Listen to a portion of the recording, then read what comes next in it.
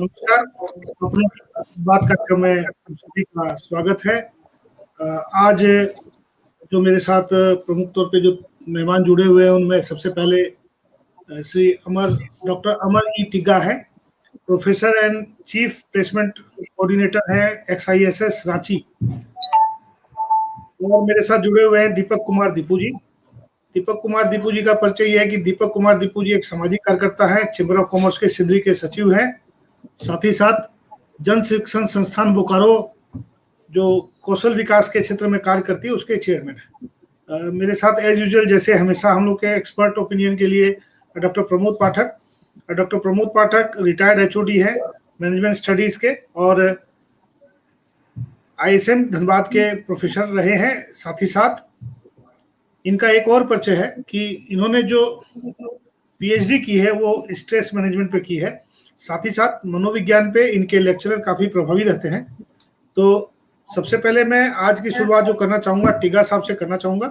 टिग्गा साहब, हम लोग ये जो कार्यक्रम कर रहे हैं सकारात्मक चर्चा का ये मंच है और पॉजिटिव चीज़ें ही हम लोग इससे निकालने का प्रयास करते हैं कि कैसे लोगों के साथ इसको पॉजिटिव डिस्कशंस किया जाए इस कोरोना काल में, इस महामारी में, जहाँ लोग बहुत सारी चीज़ें हैं कि अपने रोजगार से वंचित हो रहे हैं, बच्चों की पढ़ाई बाधित हो रही है।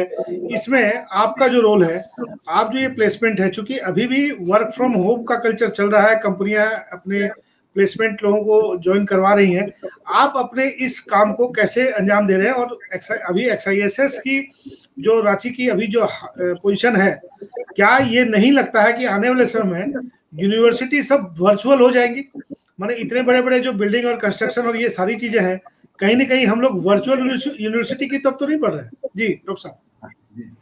जी, सबसे पहले सबको गुड इवनिंग, नमस्कार, धन्यवाद राजीव जी हमें यह मौका देने के लिए, हमारे गुरुजी प्रमोद पाठक सर और साथ में दीपक जी।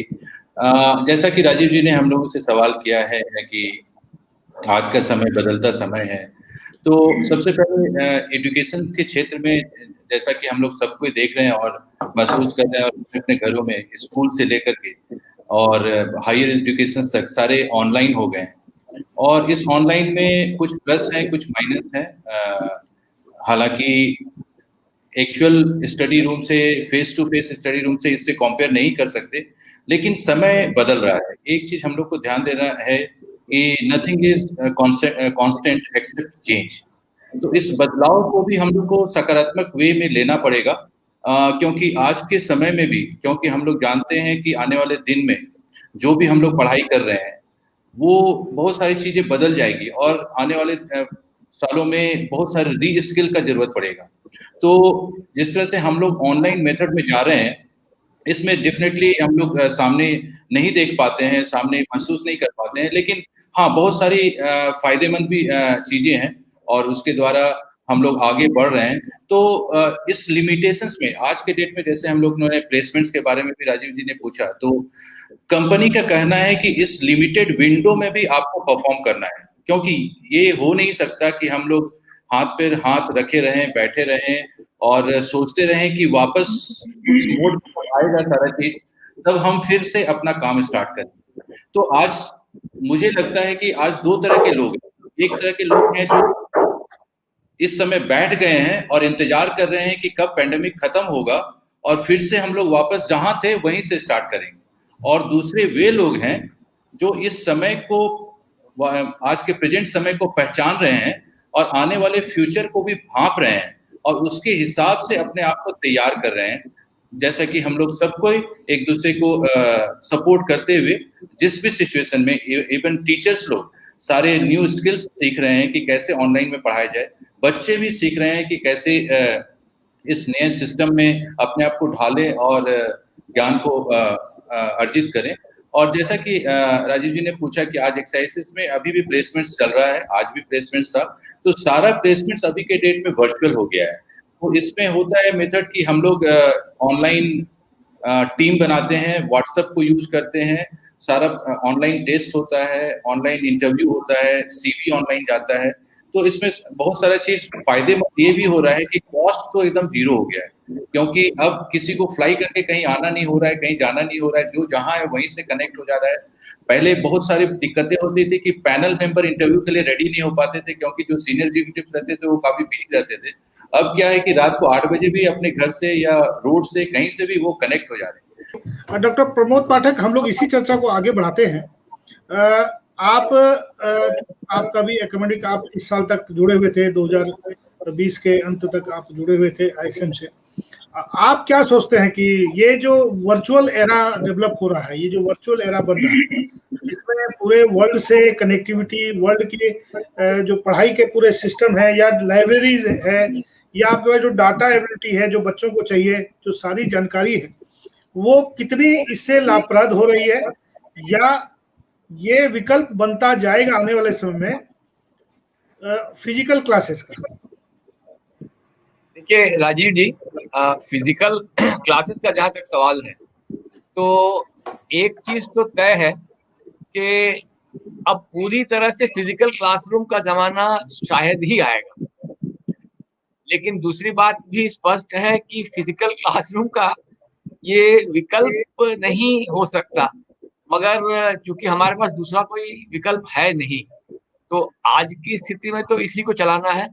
और इसका एक एडवांटेज भी है कि जैसे टेक्नोलॉजी के जरिए अब देखिए, आप खुद ही ऑनलाइन पे चला रहे हैं, टीका जी रांची से जुड़े, दीपू जी सिंदरी से जुड़े, मैं यहाँ बैंक मोड़ से, इस तरह करके। तो ये इसका एक एडवांटेज तो हुआ कि हम लोगों को जो बाहर के मतलब जानकार लोग थे उनका भी लाभ मिला आपके कार्यक्रम में भी, जैसे सिंगल जी यूएस से जुड़ गए और नम्रता जी वहाँ मस्कट से जुड़ी, इस तरह करके। तो ये एक बढ़िया अपॉर्चुनिटी तो दे रहा है, और आपको इंफॉर्मेशन का और बेस्ट इन दी वर्ल्ड का भी एक्सेस मिल रहा है। तो ये तो एक इसका फायदा है। दूसरी बात जो टीका जी ने कही कि ये मॉडल एकदम से मतलब नया स्वरूप तो नहीं देगा, लेकिन हाइब्रिड मॉडल में चलेगा, यानी थोड़ा ये ऑनलाइन, थोड़ा ऑफलाइन, थोड़ा फिजिकल। क्योंकि देखिए कोरोना खत्म तो होगा, इसमें कहीं कोई संशय की गुंजाइश नहीं है। आज हो, महीने भर बाद हो, 2 महीने बाद हो, 4 महीने बाद हो, खत्म होना। तो जब कोरोना खत्म होगा तो हम लोग फिर से फिजिकल मोड में तो जाएंगे। ये नहीं है कि सारे विश्वविद्यालय बंद हो जाएंगे और सारा कुछ, पर इतना लंबा और इतना दूर तक सोचने की आवश्यकता नहीं है अभी। हाँ, एक चीज है कि इसमें एक जो बदलाव आएगा वो ये आएगा कि आपका कंपटीशन जो हमारे हिंदुस्तान के विश्वविद्यालय हैं, हमारे जो हिंदुस्तान के अध्यापक हैं, उनका कंपटीशन अब ग्लोबल हो जाएगा। जैसे अभी तक क्या था कि मान लीजिए हम अपने रांची में, धनबाद में, झरिया में ऐसे करके थे। अब जो विद्यार्थी है उसके पास एक्सेस है दुनिया के श्रेष्ठ विश्वविद्यालयों का भी। तो अब हार्वर्ड के विश्वविद्यालय के प्रोफेसर का भी लेक्चर सुनेगा, वो ऑक्सफोर्ड का भी लेक्चर सुनेगा। तो अब उसके दिमाग में ये तुलना वाली बात भी बैठ सकती है, और इसका नतीजा ये होगा कि अगर आप क्वालिटी में इंप्रूव नहीं करेंगे तो आप बाजार से बाहर होने की संभावना आपकी बढ़ जाती है। तो क्वालिटी पर एम्फेसिस देना पड़ेगा, और अध्यापकों को भी, छात्रों को भी थोड़ी मेहनत करनी पड़ेगी, थोड़ा टेक्निकल स्किल्स अपनाना पड़ेगा। देखिए हम लोग भी जब शुरू किए पिछले वर्ष मार्च अप्रैल में, तो हम लोग भी इसके तैयार नहीं थे, और बहुत जो ये विधा थी ऑनलाइन पढ़ाई की, इसके बारे में कुछ भी नहीं मालूम था। तो हम लोग भी सीखते सीखते सीखते सीखते धीरे धीरे यहाँ तक पहुंचे हैं। और इसमें एक मेजर जो फर्क आता है वो ये आता है कि जब आप ऑनलाइन में क्लास लेते हैं तो जो फिजिकल क्लासरूम का एडवांटेज है, जैसे इंटरैक्शन है अध्यापक के हाव भाव से, अध्यापक की बातचीत से, अध्यापक के जेस्चर से, बच्चे बहुत कुछ सीख लेते हैं, बहुत कुछ जान लेते हैं। तो उसमें थोड़ी सी इसमें दिक्कत आ रही है। लेकिन अब हम ये देख रहे हैं, जैसे पहले पहले जब हम लोग लेक्चर लेते थे तो वो चीजें बिल्कुल ही नहीं हो पाती थी। अब हम इसको इंटरैक्टिव भी बना रहे हैं, आपका तो पूरा कार्यक्रम ही इंटरैक्टिव चल रहा है। तो ये तो धीरे धीरे होगा, और इसका सबसे बड़ा बेनिफिट ये है कि अब जो बहुत से लोग आपसे जुड़ना नहीं चाह रहे थे, जैसे हम लोग भी फेस किए, टीका जी भी फेस करते हैं, जैसे हम लोग भी फेस करते थे। कभी कभी क्या होता था, प्लेसमेंट वाले होते थे, साहब आप रांची चले आइए, आपके यहाँ हवाई अड्डा नहीं है, तो रांची में इकट्ठे टीका जी के इंस्टीट्यूट में कर लेंगे, ये कर लेंगे, वो कर लेंगे। तो अब वो समस्या नहीं रहेगी। अब क्या है कि कहीं से भी कहीं आप कनेक्ट हो सकते हैं, ये एक मेजर एडवांटेज है। लेकिन एक बात मैं फिर से कहूंगा कि फिजिकल क्लासरूम का जो प्रभाव था वो फिर भी इससे बेहतर ही होगा, क्योंकि उसका अलग ही एक स्वरूप है, अलग ही एक आनंद है। दीपू जी, ये जो बातें हो रही थी, चूंकि अब जो बातें हुई है प्लेसमेंट, एजुकेशन, और एक नया कंसेप्ट आया वर्क फ्रॉम होम। आपके दोनों बच्चे वर्क फ्रॉम होम में है, आप कैसे देखते हैं कि वर्क फ्रॉम होम का कल्चर? ऐसे तो ठीक है कि बच्चे अपने पास है, ये बहुत खुशी की बात है, वर्क फ्रॉम होम भी एक अच्छा स्टेप लगता है, लेकिन क्या बच्चों के भविष्य के लिए या बच्चों के फ्यूचर आगे आने वाले समय के लिए वर्क फ्रॉम होम से आप और आपके बच्चे कितने सेटिस्फाइड लगते हैं? सबसे पहले सबों को प्रणाम। काफी सकारात्मक बातें पीगा जी और सर के द्वारा सुना, और आपने जो वर्क फ्रॉम होम की बात कही है, तो जब भी एक बदलाव का समय आता है कभी भी किसी भी जगह, तो बहुत सारी चीजें जो हैं बदलती हैं, और वो जब बदलती हैं और धीरे धीरे फिर वो अपना एक स्वरूप लेती है, जो कि आगे चल के शायद वो बहुत हद तक उसका एक माइलस्टोन ही बन जाता है कि हाँ, उसमें जैसे वर्क फ्रॉम होम है। हमारे बच्चे, मेरी बेटी फ्लिपकार्ट में है और बेटा मेरा विप्रो में है, तो ये दोनों ही आज घर से काम करते हैं।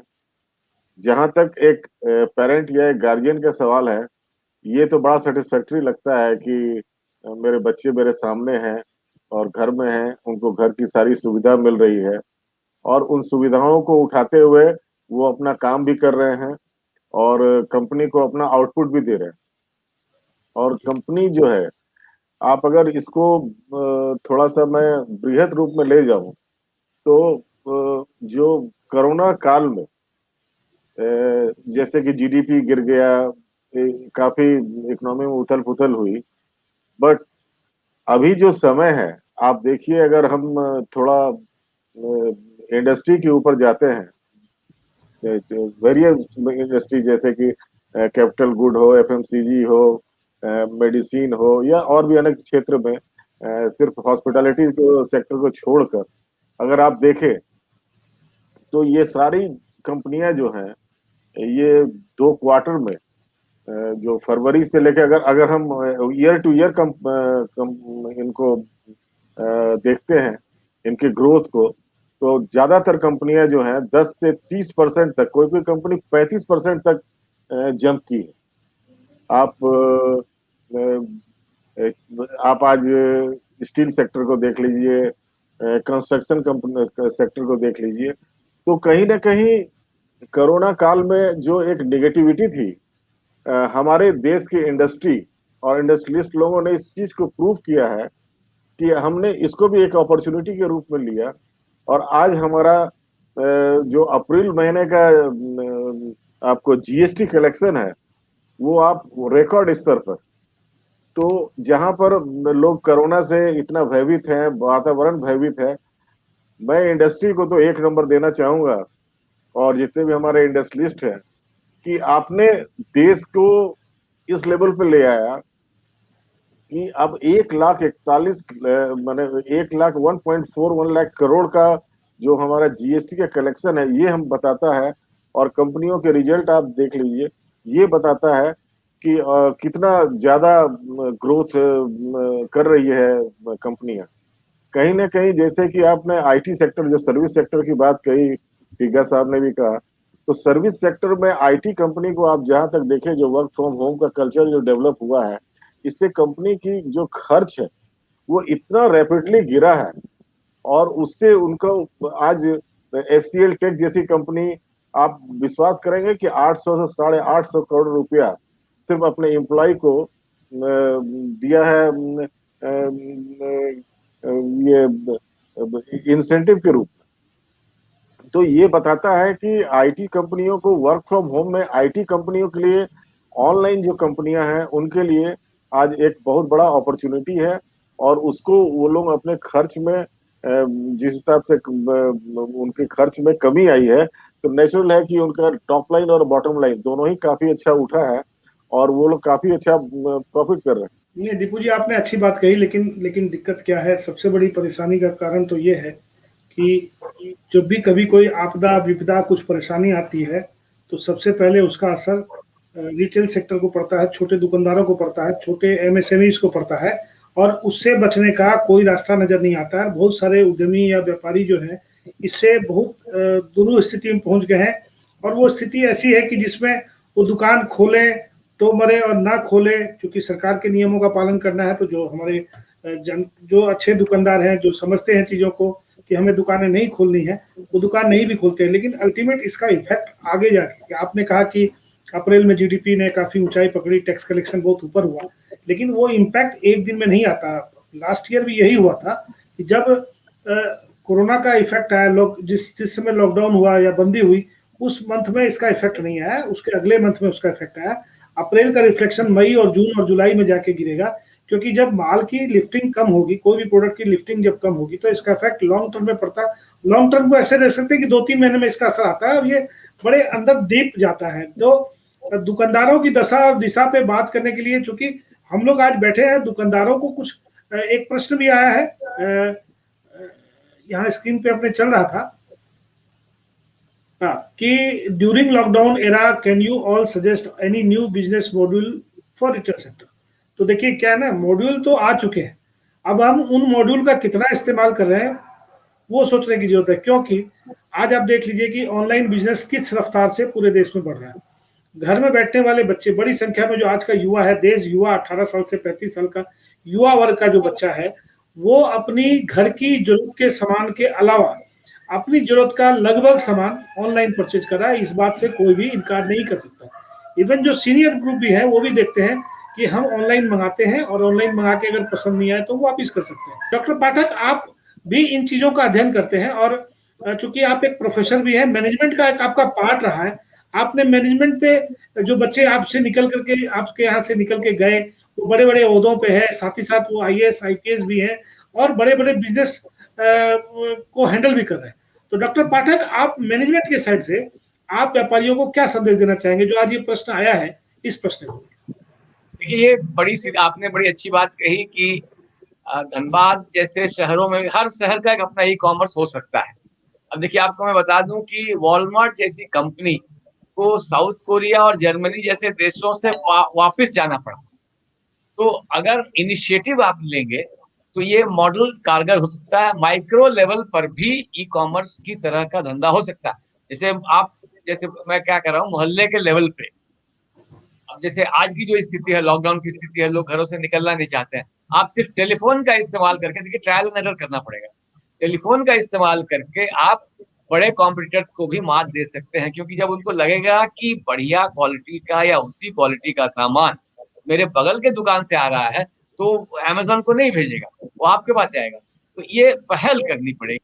और इस तरह का, क्योंकि हम तो वही प्रैक्टिस कर रहे हैं। मैं अमेजोन से कुछ नहीं मंगाता, मैं तो बगल में जो दुकान वाला, उसका नंबर है मेरे पास, वो भिजवा देता है, 10-20 रुपए लेता है, ठीक है। तो ये तो चल ही सकता है, और ये बहुत ही कारगर मॉडल होगा।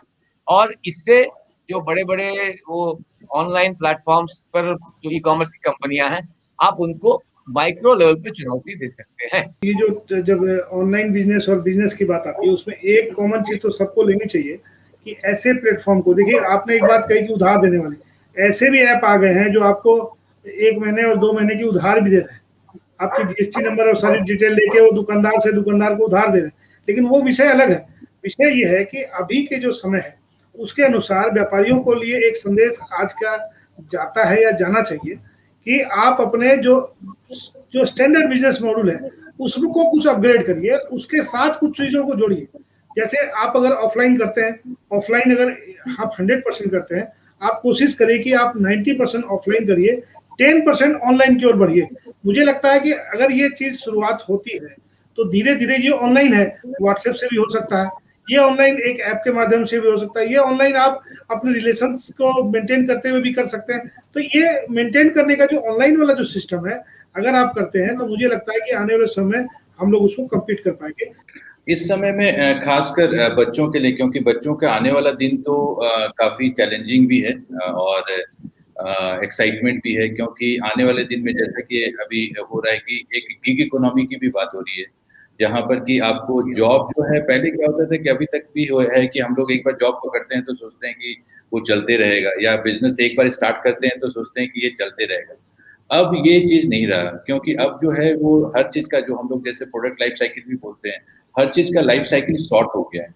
हम लोग खुद ही हैं जो हर 1 साल, 1.5 साल, 2 साल के बाद मोबाइल चेंज करना चाहते हैं।